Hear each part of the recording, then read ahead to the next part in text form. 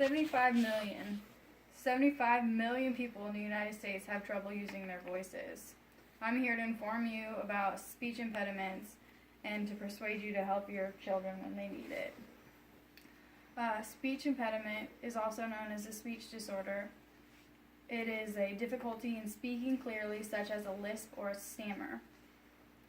There's about 6 different types of speech impediments, and they are stuttering, apraxia of speech, speech sound disorder, cluttering, lisps, and muteness. Stuttering is talk with continued involuntary repetition of sounds. When stuttering, it is found that more children stutter with the first 3 words than any other words. Apraxia involves the inconsistent producing and rearranging of speech sounds. A speech sound disorder involves difficulty producing certain sounds, primarily involve difficulty producing the R and the TH sounds. Cluttering is a speech disorder which affects the person's fluency. This can happen if a person has a tendency to speak really fast. This can also result when an individual continues to repeat themselves in order to try to make themselves sound understood.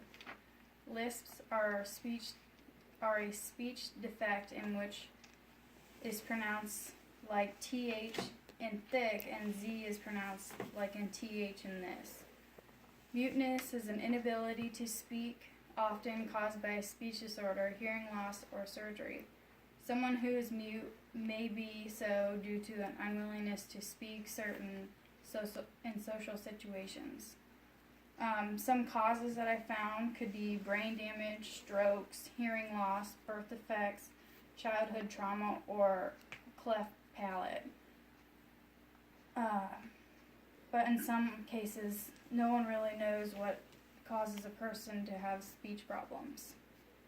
There's a few treatments. Speech therapy. Speech therapy is a recommendation to examine the speech disorders and to treat them effectively. When kids are young and in school, the teacher usually recommends to the parents that their children go get checked with a speech therapist.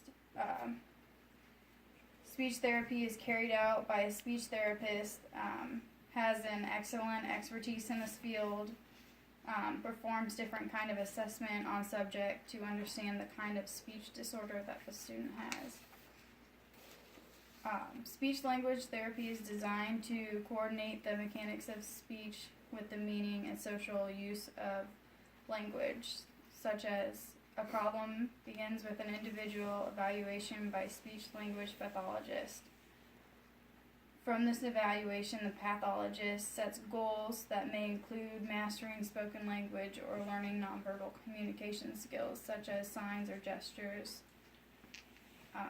In each case, the goal is to help the person communicate in more useful and functional ways. There's a few videos that I watched, and she had the student read, and she would move his mouth and the cheeks in a certain way to help him get the L and the O and the W sounds. In some ways, this can unmotivate your child in school. So if you get them helped, or get them help, it will help them for their futures, because there's teens now that are frustrated because they never got the help that they had. Some might get the help that they need and are stuck with their speech disorder their whole life, and that might affect their motivation to learn. In conclusion, speech and language disorders can affect the way children talk, understand, analyze, process information. Speech disorders include the clarity, voice quality, and fluency of children's spoken words. Language disorders include a child's ability to hold meaningful conversations, understand others, problem solve, read, and comprehend and express thoughts throughout spoken or written words. Communication skills are the heart of life's experience, particularly for children who are developing language critical or cognitive development and learning. Reading, writing, and gesturing, listening, and speaking are all forms of language, a code that we learn to use in order to communicate ideas. Learning takes place through the process of communication, the ability to participate in active and interactive communications with peers and adults in educational settings, which is essential for a student to succeed in school. Children with communication disorders frequently perform at a poor or insufficient academic level, struggle with reading, and difficulty understanding and expressing language.